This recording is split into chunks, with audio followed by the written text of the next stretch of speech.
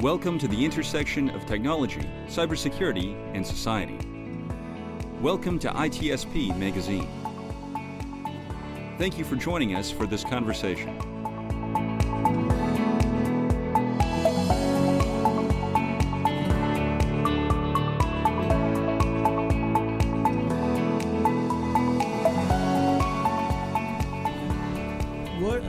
What? I know. You don't know what you're doing. You know what you're going to ask all the weird questions now, like I normally do. All the one that I kept inside. That's right. Looking at you and say, why didn't he ask that? Exactly. question? They've been piling up. So our good friend Chris is in for a treat today. Oh my gosh, we're ready the for pile up of questions. This is Sean Martin. You're very welcome to an on-location podcast here on ITSP Magazine Podcast Network, and we are live. This is recorded, but we're live with our friend Chris from BlackCloak. How are you, man? Hey, I'm doing good. It's great to be here. Yeah, and I have the pleasure of Marco joining me for this conversation. Go figure. Go figure. Exactly. Surprise guest. And we're about halfway through, I guess, kind of, sort of. It's been interesting. The energy is certainly there. A lot of people are here. Oh, yeah. Definitely a lot of energy at RSA this year. And a lot of topics. I'll share my thoughts in a few moments, but I want to hear, I'm sure our audience wants to hear who Chris is and who BlackCloak is to kick things off. Yeah. So I'm Chris Pierson, the CEO founder of BlackCloak. BlackCloak is digital executive protection. We protect the other 12 hours a day for corporate executives, board members, C-suite, executive leadership teams. We protect them in their personal lives. We protect their personal lives, their devices, their privacy, their homes. Really, quite honestly, at the end of the day, we protect their peace of mind and the peace of mind for the CISOs and champions that we have on the inside of the company, making sure that the company doesn't get hacked or lose data that comes out of a home or personal device or home network. And making sure that doesn't have any impacts back into the company, doesn't lead to a further data breach, not just of information that might be on the outside, but also for that person and their family. So, it's really great to be here. It's really great to be here at RSA again, live in person, and be able to share what we're doing with so many different partners that are currently with us, as well as some new ones that we're bringing on board. Well, talking about going back home, right? Here is work, a ton of people. I run into people I haven't seen in years, and that's fantastic. And everybody's asking, have you been to the expo? And everybody's like, oh my God, so much going on. Yeah. And I'm wondering, the people that walk the floor, what do they bring back home? I hope they don't bring back, cybersecurity threats, but something that stick with them from all the marketing messages, all the SWOT, the merchandise, all the friendship conversation. But what do you think this year remain? It's an interesting question. I mean, first and foremost, there's just the excitement and the fervor is palpable, whether it's on the streets, at the expo, at the different dinner events, the bars, and all the rest of stuff. I think probably there are a few things that I jot down in terms of just like notes of what I'm seeing, what I'm thinking, and kind of what I hear others talking about. First one is this notion of relationships. So, I mean, this year's theme is Stronger Together.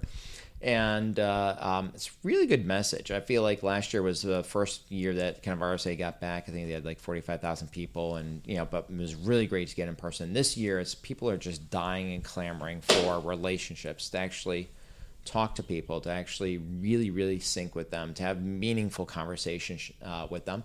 And I think I actually see a lot of that on the expo floor as well. Yes, people are there for the swag and the booths and all the rest of things, but actually like, hey, how does this work? Where's your engineer? Where's your architect? Can we have a conversation? Can we take this back somewhere?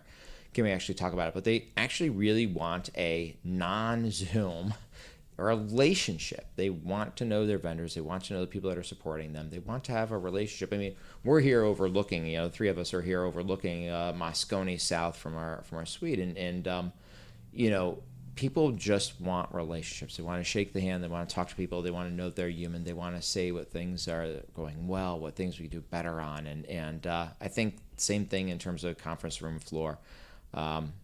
Really want to focus on that relationship. Well, and it's, the community is a big part of this, right? And not just at a conference, but after the conference as well. there's so much, and I mean, we can talk about some of the marketing messages if we want to get there. But even if you cut through the noise and into what is there, what it is, how it works, kind of things you're pointing to, where it fits, who's going to run it, how does it reduce my risk, how does it help enable the business. You can only have so much. You have good starts of that conversation here. Yep. But it's the ongoing conversation, that initial trust or relationship that you said, and then the ongoing trust with your partners and fellow executives, and right. So what are some of the conversations you've heard where people are actually saying, I can take this stuff back with me? Yeah, I think that you mentioned cutting through the noise. I mean, there is a on the show floor, right? The amount of marketing, the amount of lights and action and camera and swag and stuff that's just out there, and the amount of noise is quite substantial. I think it's still a really good environment to get into, especially if you can get in with different technical people and have some real conversations. What are you trying to solve? But I think at the end of the day, it's the two questions. It's kind of like, when you leave, it's the so what and who cares. Like, how does this solution actually solve an active problem I have, one that's coming, one that I can sense, one that's a true and present risk from what I see other companies going through? And how can I work through a plan, a program to actually implement it? It isn't, I think we're at this inflection point of like, we don't need more. What we need is kind of better, making sure everything we've already bought and purchased is finely tuned, operating efficiently, solving those low-hanging fruit. We're not going to get caught there. And then making sure that when we think about new solutions, new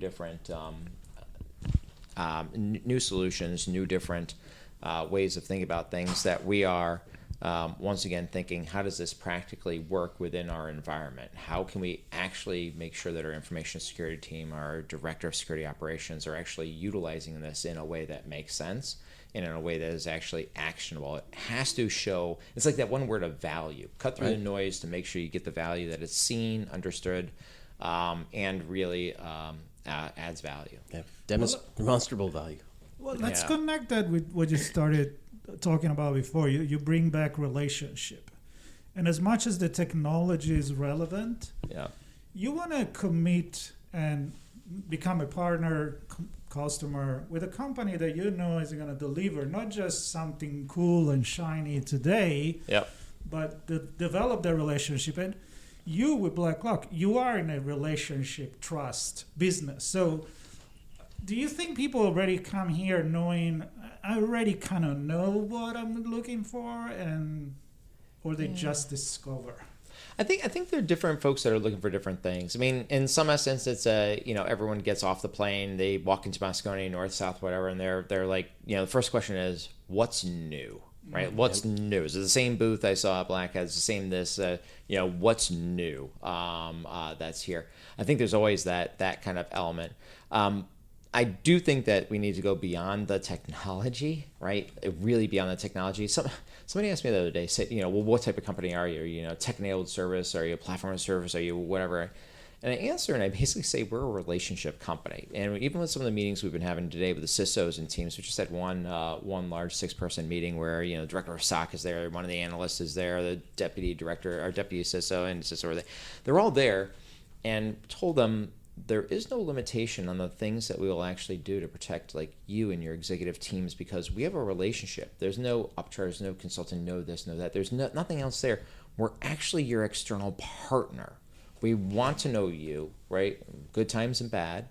We want you to know that we're there for you. We're here to help you shine. We're here to help you accomplish and achieve your mission. But it's one of those things where I think in many ways on the product side we've gotten stuck because it's you need more licenses, or you need to go up to the next tier, or you need to go something else, and people are afraid to ask. And what we really need to do is bring that back to the level of, we are here to make you, your services, your product, Mr. and Miss CISO, succeed, your company succeed, and we'll do what we need to make sure that happens. And that's a real relationship. And I think we got to do a lot more of that. Like I said, stronger together, but it really does mean that there's a true value add there, and there's a true relationship. Yeah. And in the relationship, it can be a self-help guru here now, but no, I think in a relationship you want to have that with somebody you trust, of course, Yeah.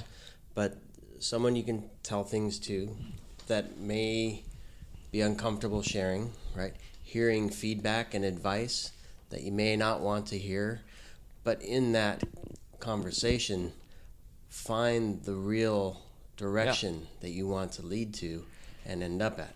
Well, it's actually funny you say that. So we just announced on Tuesday that we released the CISO protection dashboard. So it's a dashboard by which the chief information security officer, their team, can actually see the digital lives of the executives and clients in terms of at a high aggregate level. And I focused on that for a second because the dashboard, as it turned out, is not what we initially designed it to be. We actually brought in our advisory board members. We brought in our CISOs. We actually asked them their opinion. We asked the opinion of the people that were going to be using that dashboard and grabbing that data, harnessing the data, and writing reports. What do you want to see? How would you like to see this laid out? What is actually important to you? And it turned out a little bit different than we thought it was going to. And we right now have a humongous backlog. We asked a simple question: what do you think? Mm-hmm. And I don't know. We got 100 backlog items of things of wow. And we're really going through it and making an honest effort on. Okay, we have 10 companies that said this. Okay, 20 said this. Okay, 30 CISOs want this. Some want it, some don't want. We have some clear things where some people want a left-hand turn, some people a right-hand turn. So we're going to build both, and now we have to think about how does that. But I mean, you actually, when you ask the question and you actually listen to the response, that's probably the most important part here. I will say, we had we did a 2-hour learning lab, 120 people in the learning lab, and these are sessions where it's not a speech at the people, it's setting the stage and then active involvement there with the people that are there. And we assign people into roles, and there are 5 teams. One is information security, one is legal, compliance, PR marketing, and then the board of directors. And we rotate people through as we go through the scenario, and you have to get out of your comfort zone of being IT, or if you're a lawyer or compliance or a privacy or whatever you were. We actually had one PR person for a cybersecurity company in, and the number one remark we got was, wow, this really taught me a great amount of human empathy. I didn't actually view it from their perspective until you made me become them and do the whiteboard presentation on what I need and I want and my team needs and my team wants from the scenario, because in that scenario, that's how I'm being paid. That's how I'm putting food on the table. That's how I'm doing this. And it's like, wow. It's like, so even beyond a relationship, it's just like human empathy, like understanding the roles that everyone else plays. It might be the CSO, it might be the CISO, it might be the CIO, it might be other roles here. And it's actually one of the cool takeaways. It was really, it's actually really nice to. I love it. Yeah. I love what you just said, because from the beginning of time, somebody makes a product and then find the people that like the product.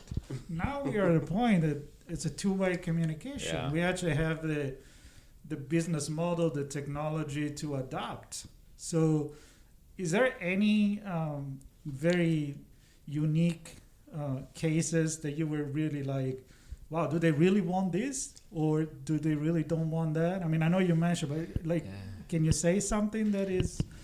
Yeah, there's just one interesting aspect of, so we'll provide only aggregate level data on the executives to our clients and the CISOs and their teams.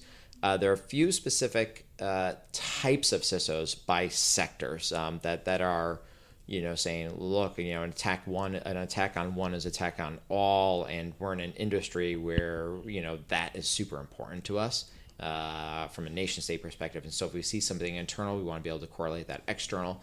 And so there's a whole separate opt-in process and workflow we're working on with the board members and the executives and those CISOs to go ahead and foster that. It's one where because we're a privacy first company, so everything's aggregate level only. Can't tell anything specific about any one individual, period. But there are some people in some certain sectors that are wanting and demanding that more.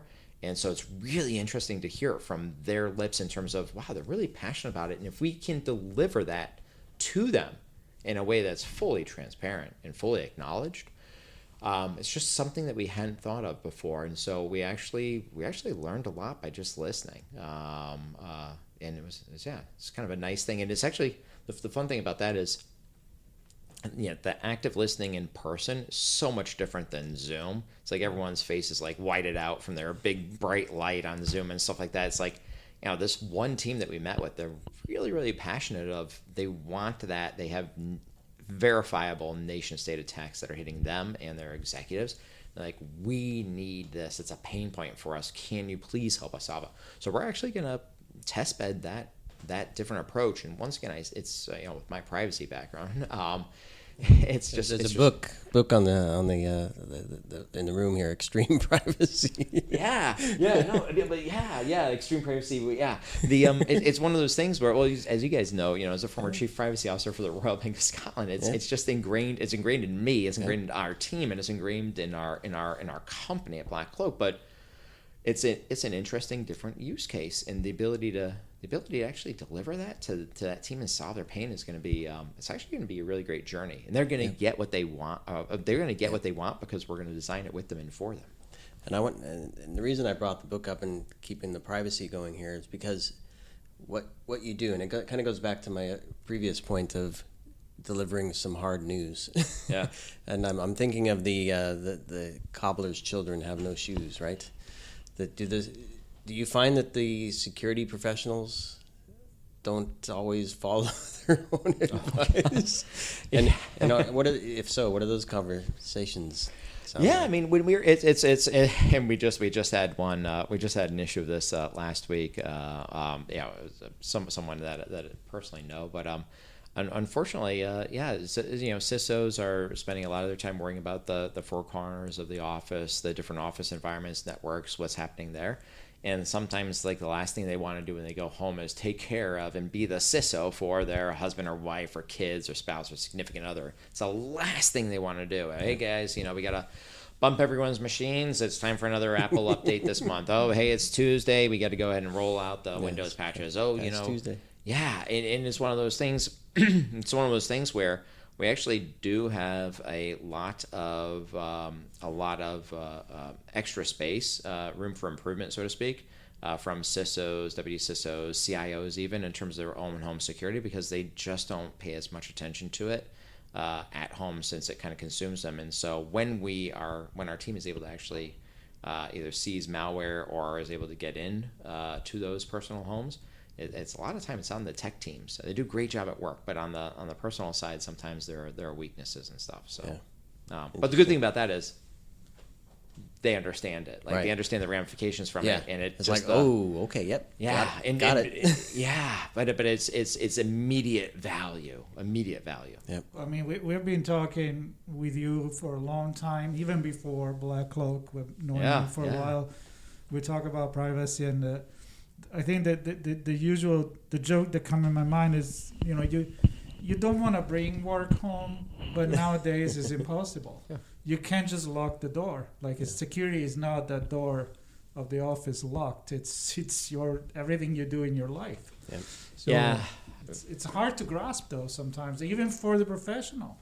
I mean, look, we always say, home is the new battleground. The home always has been the battleground, but the sensitivity and awareness post-COVID is just sprung through the roof. If you guys remember, it's like way back when it was, we can only deploy 100 VPN licenses. We could never ever deploy 10,000 VPN licenses. Well, all of a sudden, 3 years ago, people deployed 10,000, 20,000 VPN licenses to their employee workforce, so that everyone could be remote, everyone could be home. Whole homes are being redesigned. Everyone's right. People are now demanding, no, the little upstairs section that's kind of open, I can't use that as a business area, the cubicle type of thing.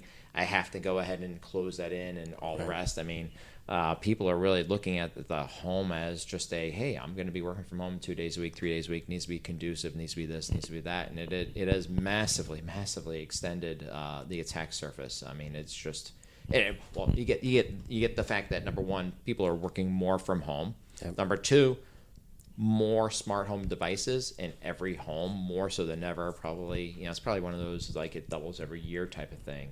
And so just the attack surface there from an IT perspective is getting huge. Yep. And even I'm just picturing the whiteboard behind you sitting on a Zoom call with, Yeah. with all that IP written on it. Oh yeah, no, it's all there. Yep.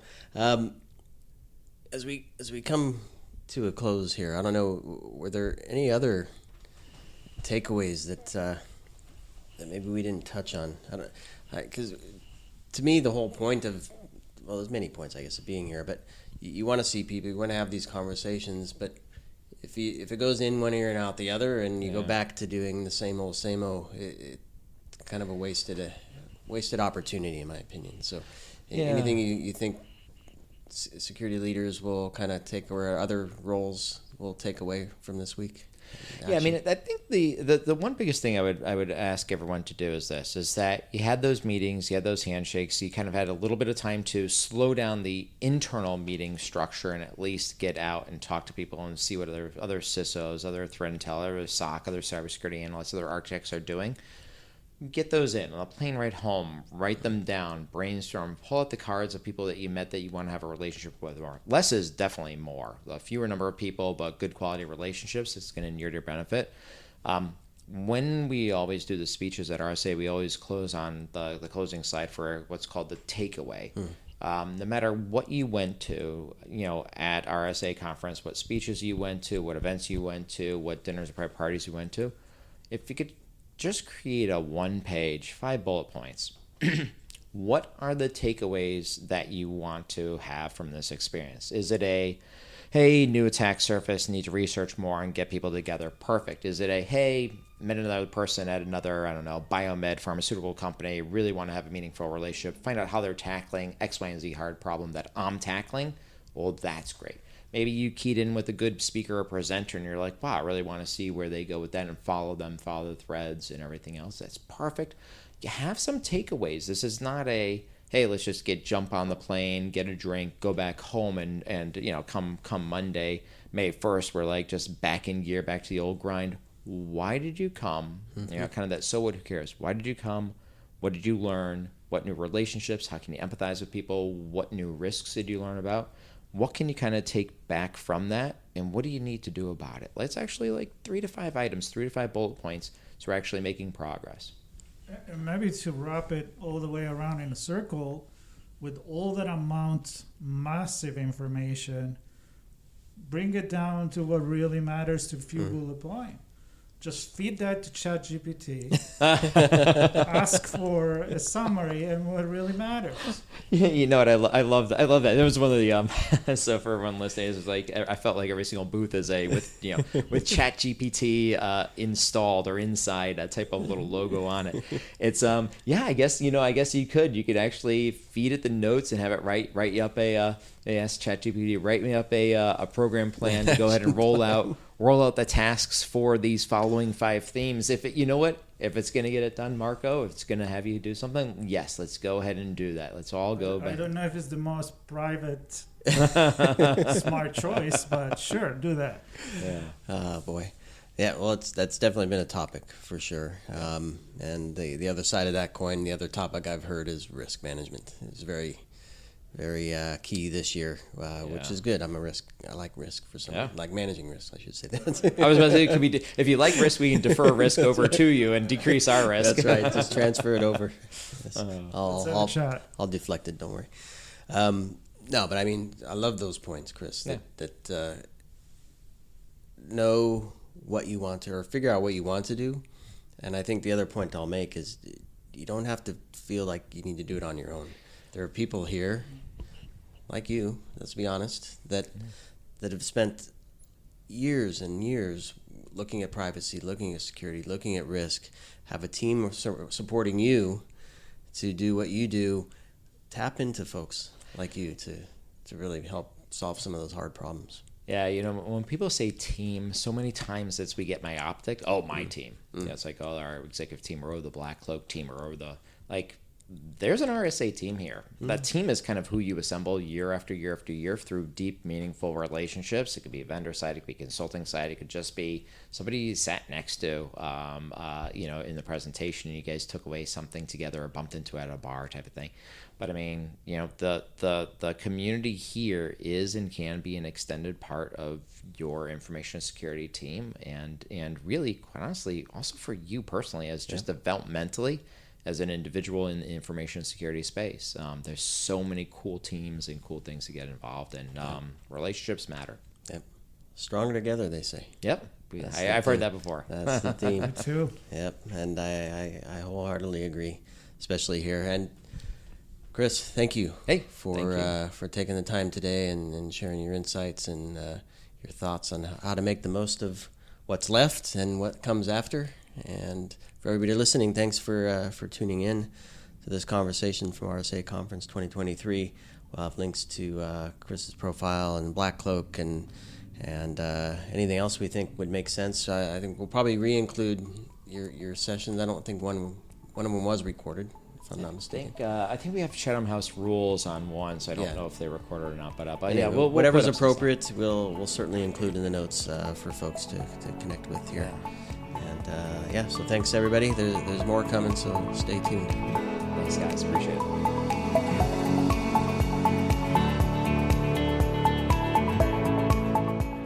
If you enjoyed this podcast, share ITSP Magazine with your friends, family, and colleagues. Thank you for listening.